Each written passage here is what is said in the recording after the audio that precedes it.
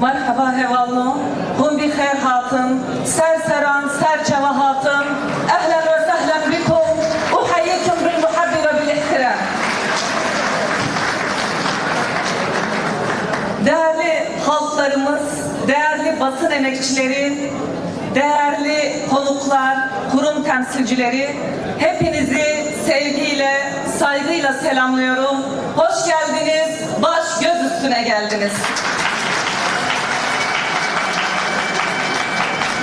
Ve özellikle bir selamımızı çok değerli barış annelerine göndermek istiyorum.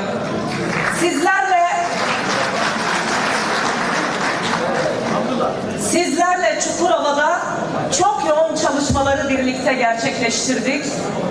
Bu topraklarda en ağır bedeli ödeyen siz değerli barış annelerisiniz. Ve kayıplarınıza rağmen, acılarınıza rağmen barış demekten asla imtina etmediniz. Her daim barış için mücadele ettiniz. Sizleri sevgiyle, saygıyla selamlıyorum. Mücadelemiz daim olsun.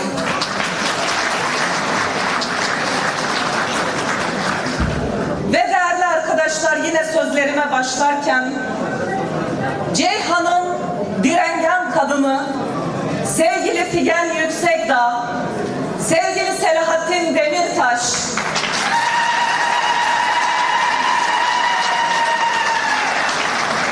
Leyla Güven, Ayşe Gökhan şahsında hapishanede bulunan bütün siyasi tutsaklara buradan selam ve sevgilerimizi gönderiyorum. Ve yine sözlerime başlarken Kürt siyasetinin çınarı 90 yıllık ömrünü yurtsever mücadeleye adayan İsmail Ağacı, Azadiye Berat'ın emektarı değerli Kadri Bağlu'yu, Metin Alataş'ı ve Çukurova'nın bağrından yetişen devrimci yoldaşımız sevgili Halil Güneş'i ve yine Çukurova'da gençlik çalışmalarını üniversitede, Çukurova Üniversitesi'nde gençlik faaliyetlerinde bulunan, aynı zamanda gazetecilik yapan değerli Gurbeteli Ersöz'ün şahsında yitirdiğimiz bütün canları saygıyla, minnetle anıyorum.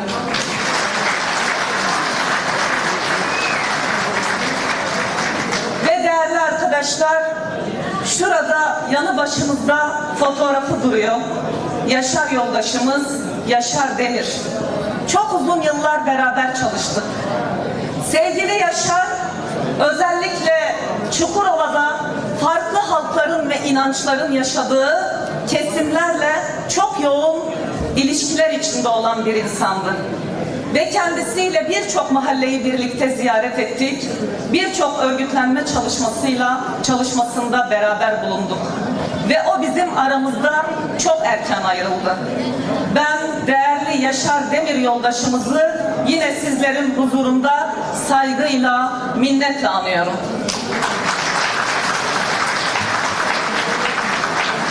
Evet değerli arkadaşlar, bugün Adana'da olmak benim için ayrı bir heyecan. Vekili olduğum kentte birlikte uzun yıllardır mücadele yürüttüğümüz arkadaşlarımızla bir aradayız.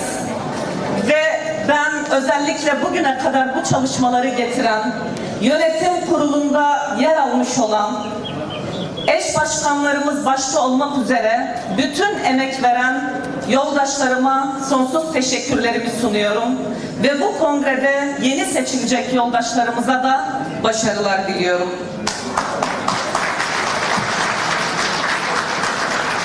Evet değerli arkadaşlar, bizler bugün burada bu kongremizi gerçekleştirirken yanı başımızdaki coğrafyada savaş, çatışma ve katliamlar devam ediyor. Orta Doğu kaynayan kazan olma halini sürdürüyor. Bugün ABD ve İsrail'in İran üzerinde başlatmış olduğu savaş şimdilik bir ateşkes süreci yaşanıyor olsa da henüz bu ateş tam olarak kesilmiş değil. Bu topraklarda başlamış olan savaşın sadece İran'la sınırlı kalmadığını, bunun Irak'a, Lübnan'a ve birçok bölgeye yayıldığını, Körfez ülkelerine yayıldığını hepimiz farkındayız. Ve bu savaşta kalıcı bir barışı bizler inşa edilemezse, bu coğrafyada kalıcı bir barış, gerçekten dünyayı çok büyük bir savaş tehlikesi bekliyor. Nükleer savaş tehlikesi, nükleer silah tehlikesi bekliyor. Böylesi bir dönemde bizler barışın daha güçlü ses çıkarabilmesi için sadece kendi ülkemizdeki barışı örgütlemek değil, aynı zamanda coğrafyamızın tamamı ve Kürdistan coğrafyasının 4 parçasında barışın, onurlu bir barışın tesis edilmesi için daha güçlü bir çalışma yürütmemiz gerektiğinin hepimiz farkındayız. Bugün kapitalist sistem kendi krizlerini aşmak için savaşlara, çatışmalara başvurduğu aşikar. Halkları, işçileri, emekçilerin haklarına el koymaya, her yeri işgal etmeye çalıştıkları aşikar. Bölgede böyle bir oyun oynandığının hepimiz farkındayız. Ve bu kadar karanlık bir tabloda halkların verdiği mücadelenin altını özellikle çizmemiz lazım. Bugün Rojava'da uzun zamandan beri devam eden savaş ve çatışmaların sonucunda kadınların büyük bir başarı elde ettiğini, kadın özgürlükçü ve demokratik anlayışın Suriye coğrafyası başta olmak üzere bütün Orta Doğu'ya model olacak bir şekilde kendini tesis ettiğini hep birlikte görebiliyoruz. Ve ben burada Rojava'da direnen, başta kadınlar olmak üzere bütün halkları buradan bir kez daha selamlıyorum. Orada yitirdiğimiz bütün canları saygıyla, minnetle anıyorum. Ve değerli arkadaşlar, Rojava'da kadınların yürüttüğü çalışmanın bütün bölgeye model bir çalışma olduğunu lütfen hepimiz bilelim. Oradaki kazanım sadece Suriye ile değil, orada siyasal İslam çizgisi başta olmak üzere, otoriter, erkek egemen rejimler başta olmak üzere onlara karşı özgürlükçü bir anlayışla mücadele yürüten kadınların yazdığı tarih son derece önemli. Ve Rojavalı kadınlar Jinjiyan Azadi sloganını bir felsefe olarak sadece Orta Doğu coğrafyasına değil, Şili'ye, Latin Amerika'ya, yani dünyanın dört bir yanında herkese duyurdular. Ve biz buradan bir kez daha kadın, yaşam, özgürlük, Mara, Haya, Hürriye, Jinjiyan Azadi diyoruz.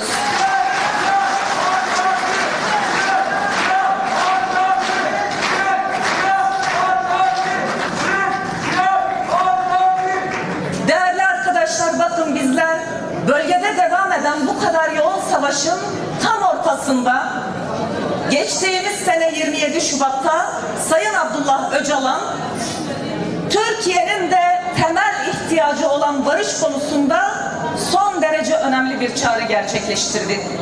Bugün bölgenin her yerini yangının sardığı bir aşamada Sayın Öcalan'ın gerçekleştirmiş olduğu barış ve demokratik toplum çağrısının tamamen arkasındayız ve bu çağrı başarıya ulaşana dek hep birlikte mücadele etmeye devam edeceğiz.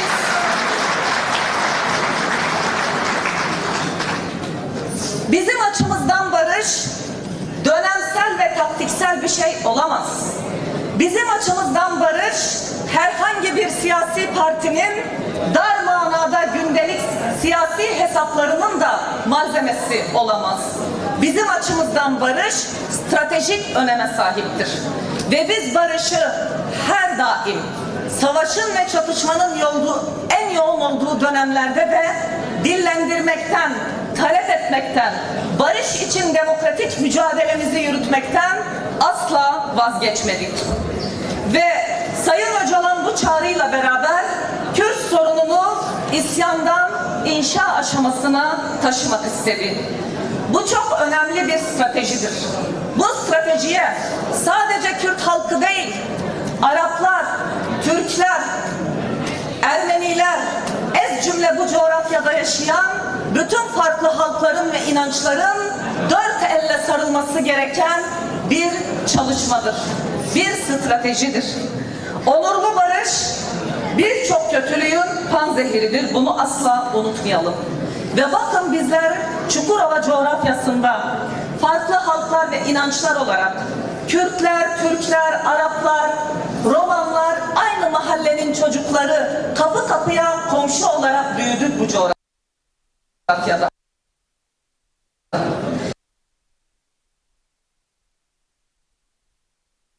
Barışın ve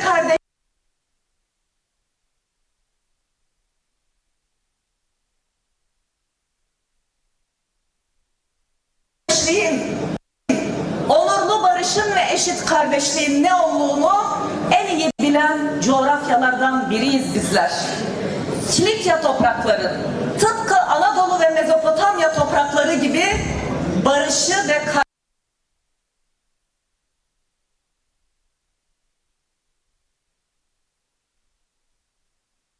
halk buluşması, toplantı, demokratik kitle örgütleri ziyaretleri, sivil toplum örgütü ziyaretleri, çok yoğun çalışmalar yürüttük hep birlikte.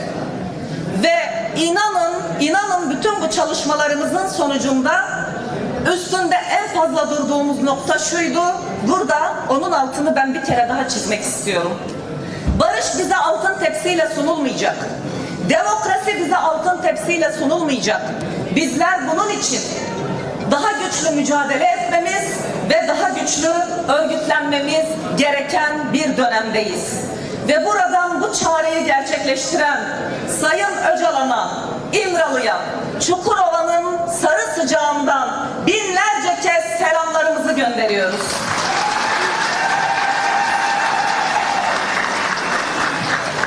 Bakın değerli arkadaşlar, biz barış derken sanılmasın ki sadece Kürt sorununun çözümünü ve Kürt halkının tek başına kurtuluşu değil. Sayın Öcalan bu çağrıyı yaparken Türk'ün de kurtuluşunu, Arap'ın da kurtuluşunu, işçinin, emekçinin de kurtuluşunu, kadınların özgürlük mücadelesini ve gençlerin kurtuluşunu içermektedir. Ve çağrısında ifade ettiği gibi silahların sustuğu, barışın konuşulduğu bir dönemde en çok ihtiyaç duyduğumuz işçi, emekçi ve yoksulların örgütlenmesinin önünün açılacağının altını özellikle çizmiştir. Bakın ülkede yoksulluk diz boyu. 50 milyon insan, düşünün ki bakın 86 milyon yurttaşımız var. Bunun 50 milyonu açlık ve yoksulluk sınırının altında yaşıyor. Bugün maden işçileri Ankara'nın o soğuğunda üstleri çıplak açlık grevlerine devam ediyor. Doruk maden işçilerine buradan bir kez daha alkış ve zılgıtlarımızla dayanışma duygularımızı gönderelim hep beraber. İktidar, yurttaşın ödediği vergileri faiz lobilerine ve yandaşlarına peşkeş çekiyor. Bakın,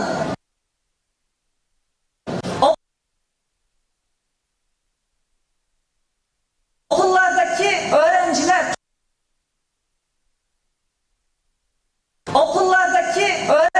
çocuklar açlıktan dolayı bayılıyorlar ya. Böyle bir ülke oldu bu ülke. Anneler çocuklarının beslenme çantasına bir tost, bir süt, bir su koyamaz hale.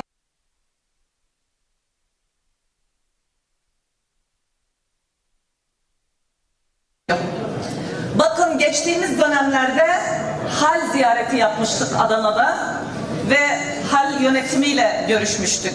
Bize şunu söylediler. İnsanlar akşam üzerini bekliyorlar ve ezilmiş meyve ve sebzeyi evlerine götürmek için burada dedi kuyruk var. Kadınlar geliyor çantalara dolduruyor, götürüp o ezilmiş sebzeyi meyveden yemekler çıkarıp çocuklarına yediriyorlar. Bunu doğrudan o hali yöneten arkadaşlarımızdan duyduklarımız bunlar. Yine Adana'da meslek örgütleri ve odalarla yürüttüğümüz birçok çalışmada bu konuda yaşanan sıkıntıların hepsini arkadaşlarımızdan tek tek dinledik. Ve Adana gibi bir yer dahi bu kadar açlık ve yoksulluk çekiyorsa, siz varın İstanbul'u, varın Ankara'yı, varın İzmir'i düşünün. Ve Yaşar Kemal'in İnce Mehmet'inde ifade ettiği gibi, Çukurova bereketli topraktır. Evet, Çukurova emeğin, yoksulluğun, zulmün ve aynı zamanda direnenlerin memleketi. Çukurova direnenlerin memleketi ve biz İnce Mehmetleri daha fazla arttırmalıyız. Çukurova daha fazla İnce Mehmetler, ağla, yoksulluğa, zulme karşı daha çok direnen İnce Mehmetlerin çıkması lazım bu coğrafyada. Ve şundan emin olalım ki değerli arkadaşlar, biz DEM Parti olarak bu önümüzdeki süreçte bir yandan Kürt halkının sorunlarının çözümü, diğer halkların sorunlarının çözümü, Alevi yurttaşlarımızın haklarının kazanılması, Kürt sorununun barışçıl ve demokratik yöntemlerle çözülmesi için mücadele edeceğiz, ediyoruz. Öte yandan da bu yoksullukla en güçlü mücadeleyi yürütecek bir siyasi partiyiz ve bizler şunu biliyoruz ki direne direne kazanırız, örgütlene örgütlene kazanırız, mutlaka başaracağız.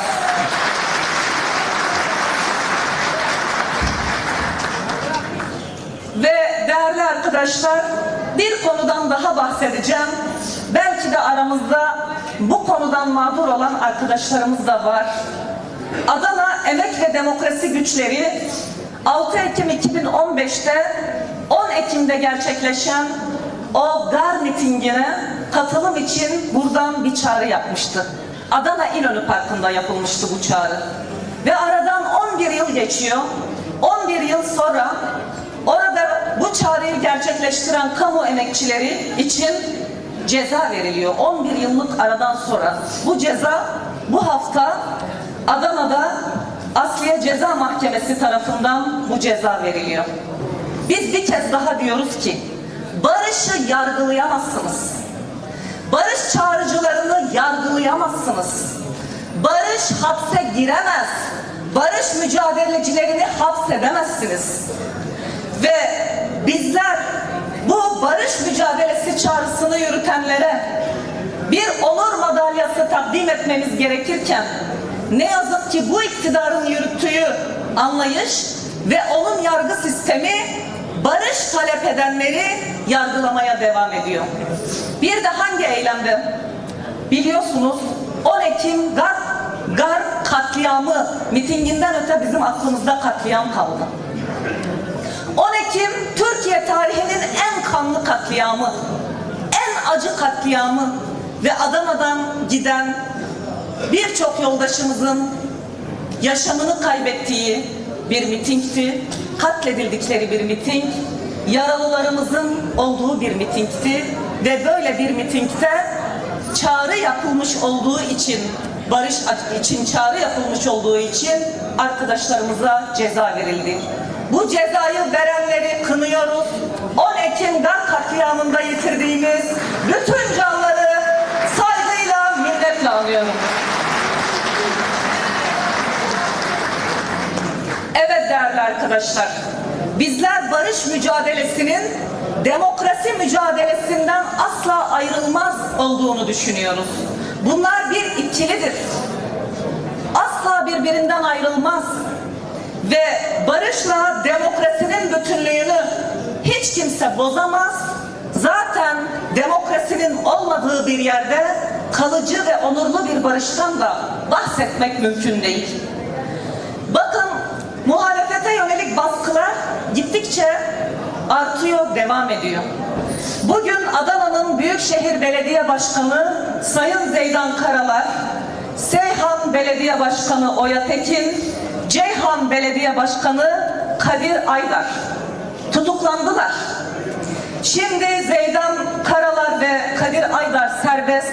Kendilerine buradan geçmiş olsun dileklerimizi iletiyoruz ve sevgili Oya Tekin'in de bir an önce aramızda olmasını istiyoruz. Hiç kimse için bu baskıları, bu tutuklamaları kabul etmediğimizin altını bir kez daha çiziyoruz. Muhalefet seçilmişlere yargı yoluyla gerçekleştirilen baskıları asla kabul etmedik, etmiyoruz. Bugün başta ana muhalefet partisi olmak üzere birçok kesime baskılar dediğim gibi artıyor. Bileşenimiz olan Ezilenlerin Sosyalist Partisi'nden 100'ün üzerinde yoldaşımız tutuklandı. Buradan SHP'li yoldaşlarımızla bir kez daha dayanışmamızı bildiriyoruz ve cezaevindeki bütün siyasi mahpusların bir an önce serbest bırakılmasını talep ediyoruz.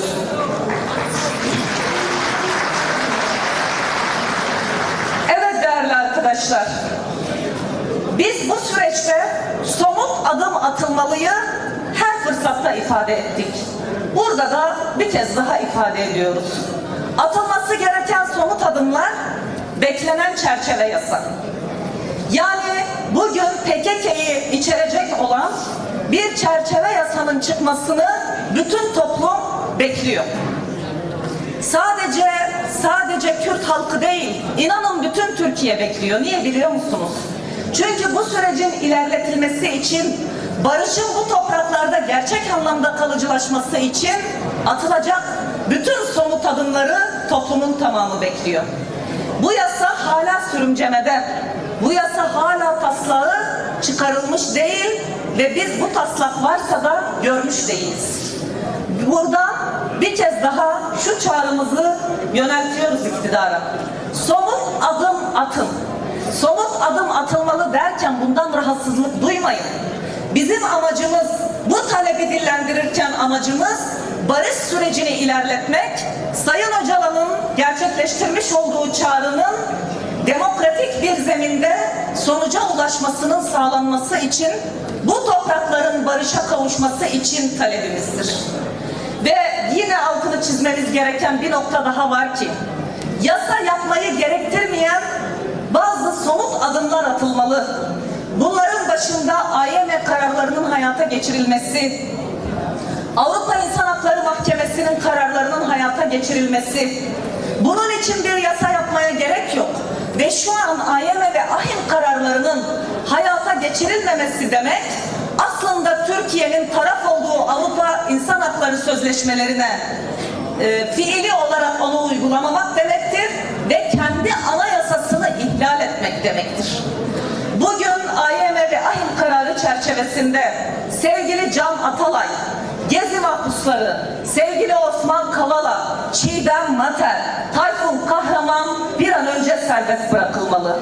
Ve yine AHİM kararı çerçevesinde sevgili Selahattin Demirtaş, sevgili Figen Yüksekdağ ve bütün Kobani tutsakları bir an önce serbest bırakılmalıdır. Bu süreci ilerletecek önemli adımlardan birisidir. Şu unutulmamalı, demokrasi talebi barışı tökezletmez, köstek olmaz ve destekler. Bu unutulmamalı. Ve yine atılması gereken mühim adımlardan biri kayyum yasasının lağvedilmesi. Bakın, kayyum yasası lağvedilmeden önce de atılacak çok somut adımlar vardır. Bunun başında kayyum atanmış belediyelerimize, belediye eş başkanlarımızın görevlerine iade edilmesi. Aynı şekilde Cumhuriyet Halk Partisi'nde belediyelerine kayyum atanmışların yine aynı şekilde görevlerine iadesi olmalı. Bu demokrasinin asgari şartıdır. Bu yurttaşın seçme ve seçilme hakkına sahip çıkmanın koşuludur. Bu adım mutlaka atılmalı. Ve değerli arkadaşlar, bizler bütün bu adımların atılması, demokrasi, barış mücadelesi için, özgürlüklerimiz için ve adalet için çok güçlü bir örgütlenmeye ihtiyacımız var. Nasılsa bir süreç akıyor. Bu süreç aksın gitsin diye hiçbirimiz düşünmemeliyiz. Bu süreç tabii ki akıp gitsin ama bu süreci ilerletecek olan bizlerin örgütlü mücadelesidir. Ve buradan gençlere seslenmek istiyorum. Sevgili gençler, önünde durduğumuz pankart, sosyalist yaşamda ısrar. Evet sevgili gençler, sosyalist yaşamda ısrar ediyorsunuz. Bu Sayın Öcalan'ın ısrarla çizdiği nokta. Ve başta gençler olmak üzere bu mücadelenin lokomotif gücü olan siz sevgili gençler, sizler bu mücadeleyi örgütleyecek, sırtlayacak olanlarsınız. Ve özlediğimiz sosyalist yaşam sizin omuzlarınızda yükselecek. Bunu unutmayalım. Gençlik gelecek, gelecek bizlerin. Siz sevgili gençlerle birlikte hep beraber bu coğrafyayı kazanacağız.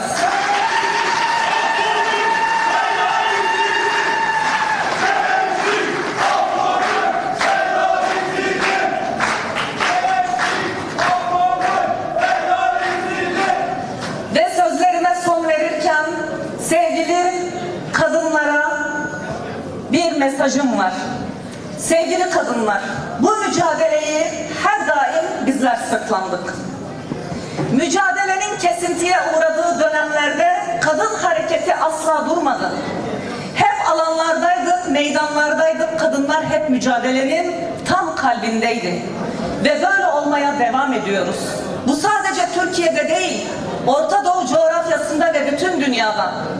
Muhalefetin zayıfladığı dönemlerde kadınlar hep en ön saflardaydı.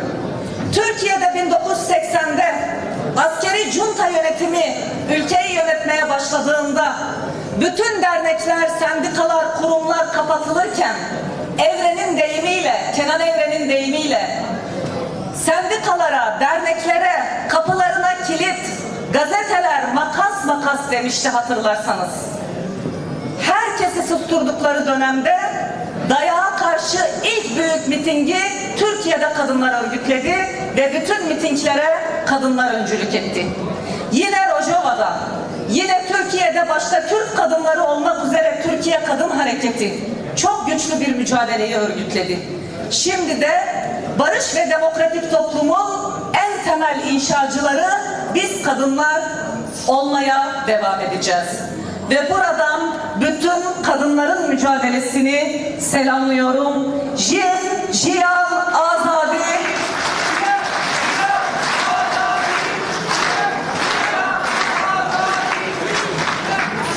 Bizler örgütlenerek kazanacağız.